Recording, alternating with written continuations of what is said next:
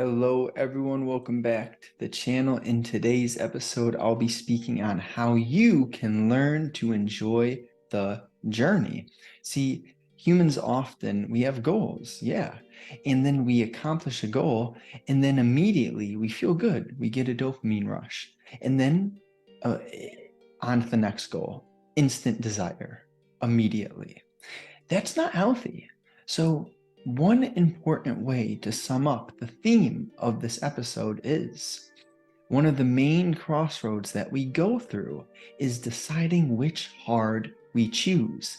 Both routes are hard, but one route is a bit better than the other. Something we all need to get straight is our values and our expectations. And something that's priceless is to understand the balance between financial freedom and freedom from your own ego, your mind.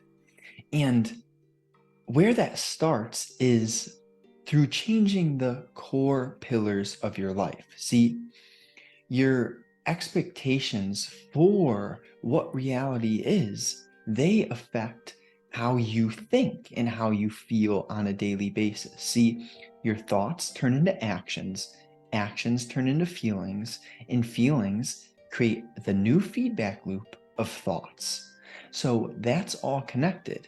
And if you change the way that you think, the things that you do are likely to change. For example, you view yourself as average and not capable of becoming financially free. Well, then you're going to take actions that align with those beliefs, and then your life is created in that style. So it does begin with the mind. And expectations in general are important to understand the psychology behind what they do to you. For example, you and your friend, you're gonna go to a restaurant, and you guys, you've been told that this is the best restaurant ever. So with that expectation set, this restaurant could perform amazing. It could be 5-star quality. And you would still be disappointed because you have set the bar so high with that phrase, this is going to be the best restaurant ever.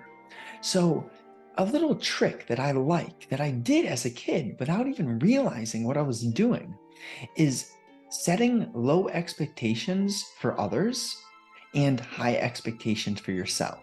So the theme is that which you can control, your own actions.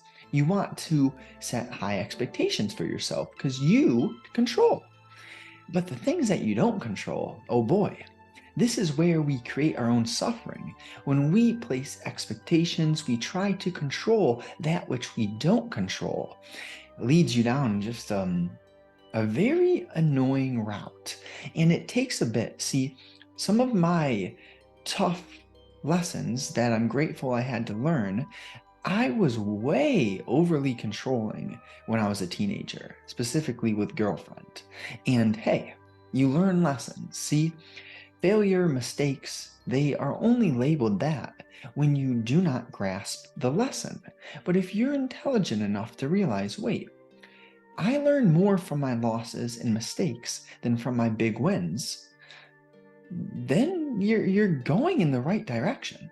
One expectation that I had that brought me a lot of pain was expecting to get rich quick.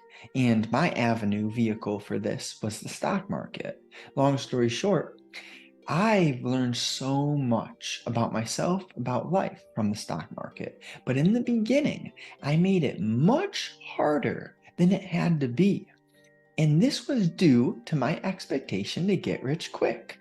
Essentially, I fell into the Dunning-Kruger effect, which is thinking that you know more than you know about a certain topic. Don't get me started. I think that is a huge virus running through today's culture is people are not educated on psychology. Some are. But for the most part, the mainstream school curriculum teaches you X plus Y, which you never use in your life. Meanwhile, they neglect financial literacy and human psychology, which truly are two of the biggest keys to life. I wonder why they don't touch on those topics in high school. I'll leave that up to you. Maybe, just maybe, the people who create the curriculums are not a fan of wise beings, because wise beings are not easily manipulated. And Big Pharma, it's a sick care system, not a preventative health care system. And if Big Pharma cared about your health and not their pockets, cared about your health and not their pockets, then maybe they would prefer wise human beings. But that just doesn't seem to be the case. Hey, I might be wrong. Come to your own conclusion. Never, just don't believe what I say. I'm out here just, who knows? I could be talking out of my ass. So think about what I say, chew on it, but don't just believe me. Don't believe me. Do your critical thinking, question what I say. Does it align with you? If it aligns with you, then maybe you can take it and test it. But this is what I want to teach, is critical thinking and healthy skepticism. See, you don't have to be a far out, like, believe in aliens, flat earth, just super duper conspiracy guy. But you also are a fool if you believe everything you're told. So, it's a game, and we have to be wise in this game. Learning to enjoy your journey is built upon you doing your absolute best to lead by example. See, we touched on you don't force people to change. You do not control other people. What you do control is what you do. And the best and only way to inspire change is to show others how you've changed and how clearly your life has improved. See, if you tell a human what to do, they will probably dislike you. Humans don't want to be told what to do. So the only option you have, if you would like to inspire and influence others in a positive way, ideally, is to be that change, to completely embody your philosophy. So it's a tough one, because that forces total accountability. You cannot be slipping up. And this is one of the reasons why I enjoy, like, being someone who speaks about what I speak about, because I'm not perfect. I'm not a robot. But when I'm constantly putting out this message, I am forced to be accountable. I am forced to hold myself to the highest standard. And hey, it works.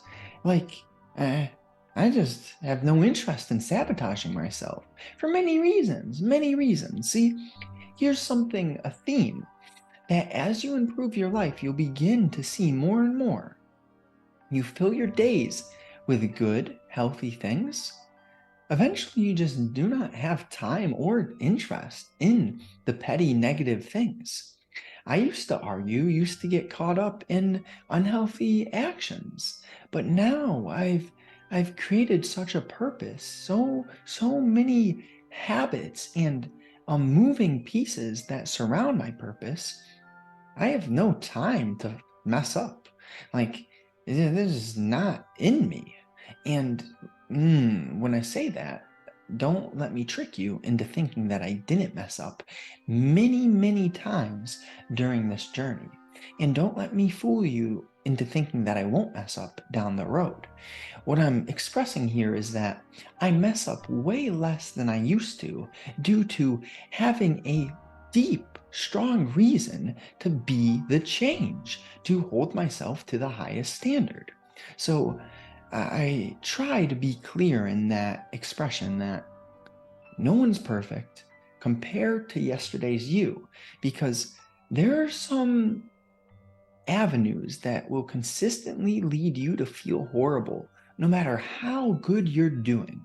And for example, I'm in a great place mentally, But if I go compare myself to someone ahead of me who's older, more experienced, been doing more focused work over a longer period of time, easily I can go into ego mode, negative frequency, negative thought cycles, getting down on myself, self-doubt, etc. Not a good place to be.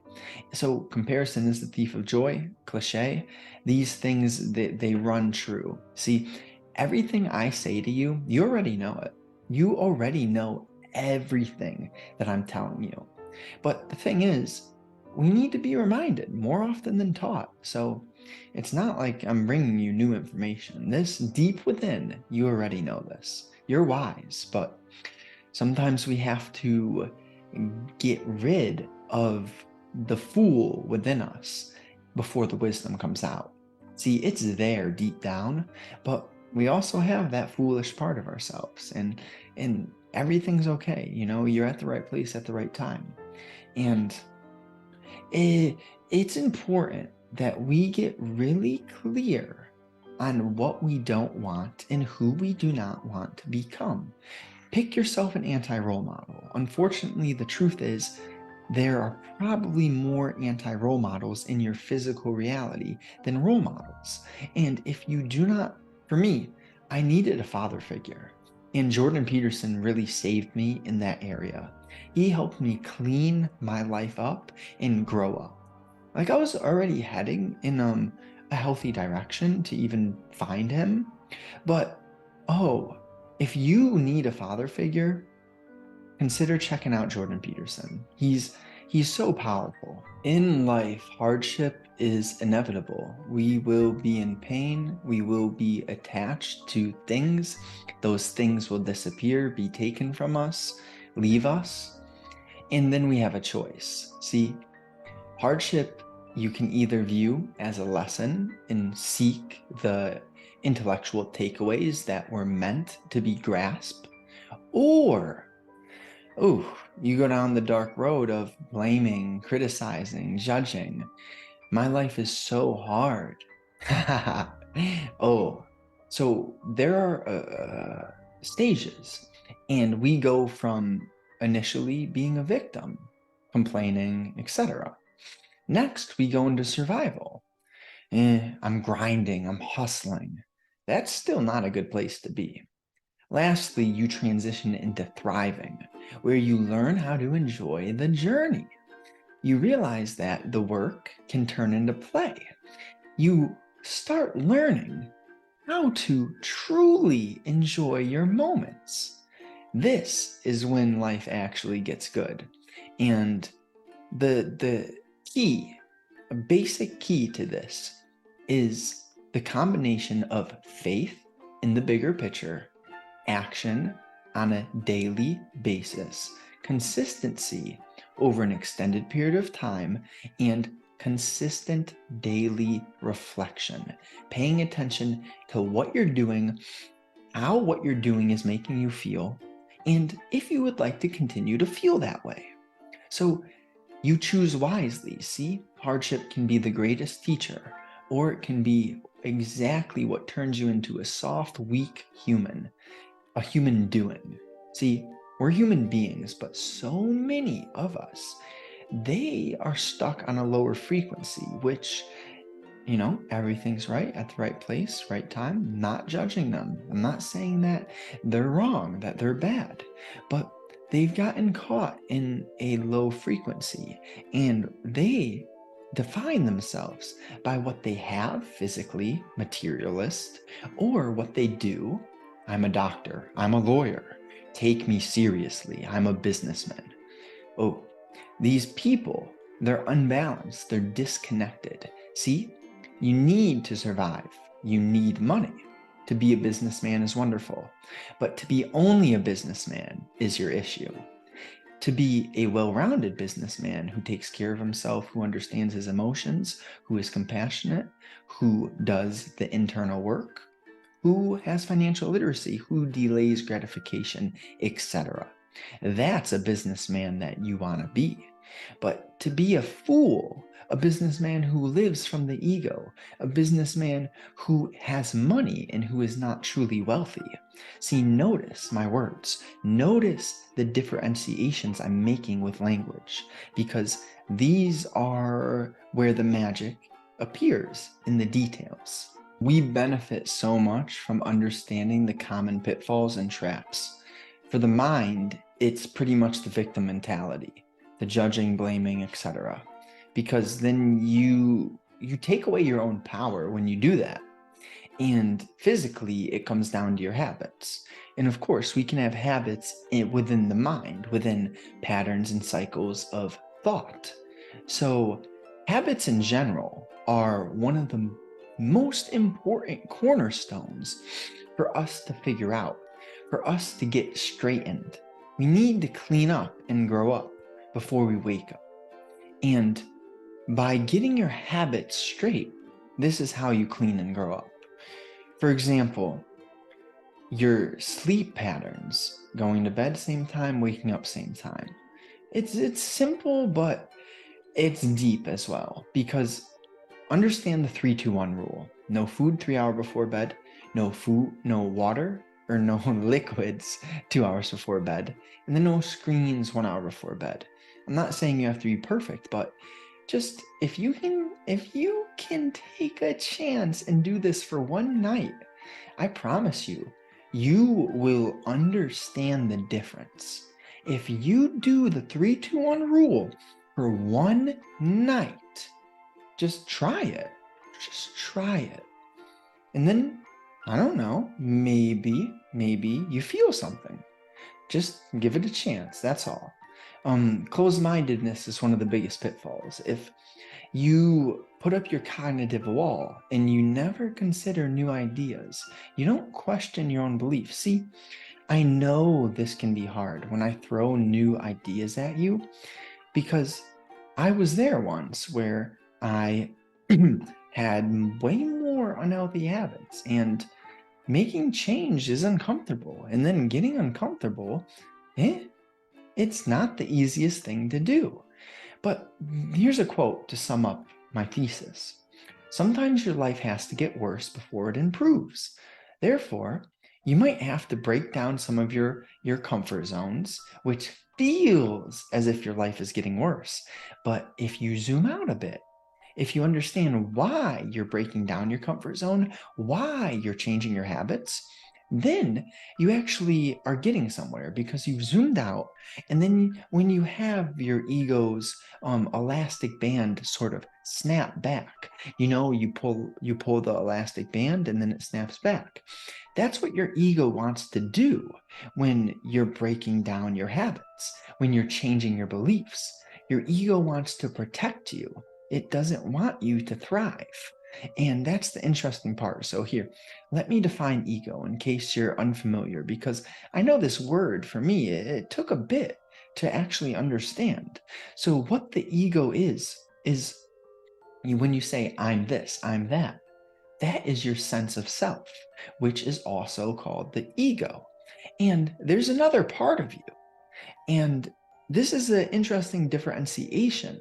So the ego is the part of you that has many emotions. Your ego is pretty much, if I can make a very, very simple difference, the ego is super emotional. And then your other part, what I would label your higher self, is more of a balanced being, which is not too attached to emotions. Anger, fear, lust, greed, those are qualities of the ego. The qualities of the higher self are more like openness, understanding, the ability to put on someone else's shoes and view from their lens.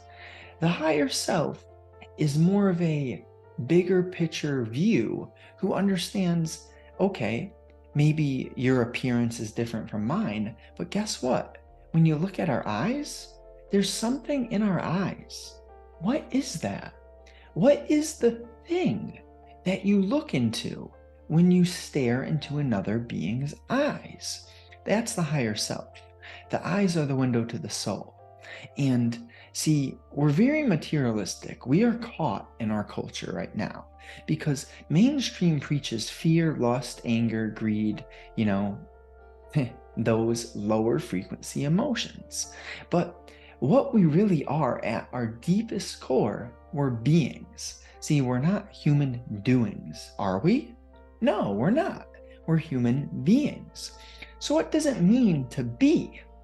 What it means to be is to be focusing your attention on the current moment. I'm not sure about your childhood, but for me, I didn't think nearly as much as I did as a teenager. And now I'm getting back to thinking less. But holy, as a teenager, all I did was think. And it was because I was trapped in my ego. I got so disconnected from my higher self. And this is where most people are operating at from a daily basis. They are not being, they're thinking. So there's a difference. When you're being, you are immersed. When you're painting and you lose track of time. When you're driving, you're speeding, having fun. Nothing but that moment. When you're playing football, you're just in it. You're not doing anything. You're not even thinking. Everything is just natural. You're flowing. That's the word. So there's a huge difference between your ego and your higher self.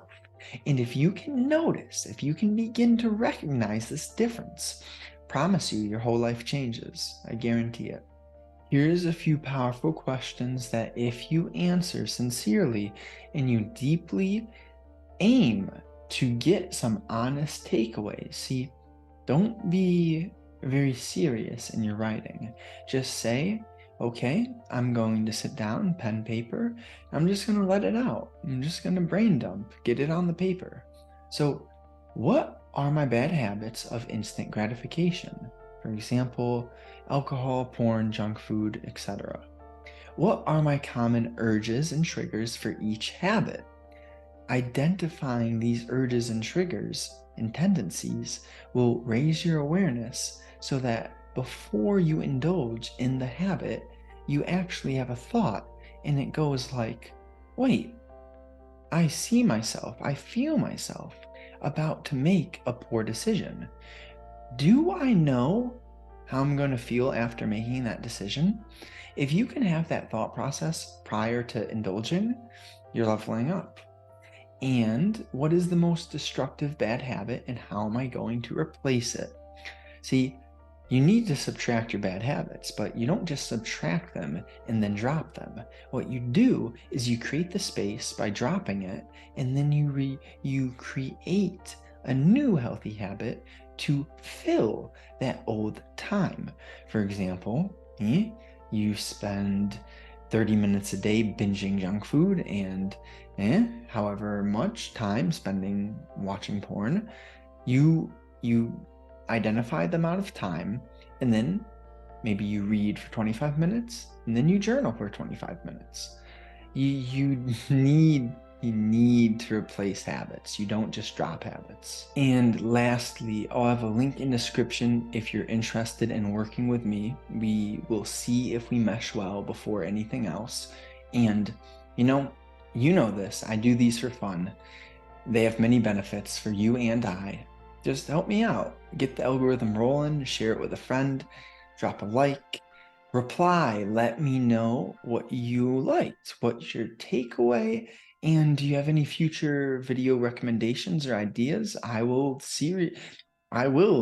create a video on whatever you want me to, as long as it's, a good topic. But yeah, that's what we got today. I'll be back next week. I hope you have a great day.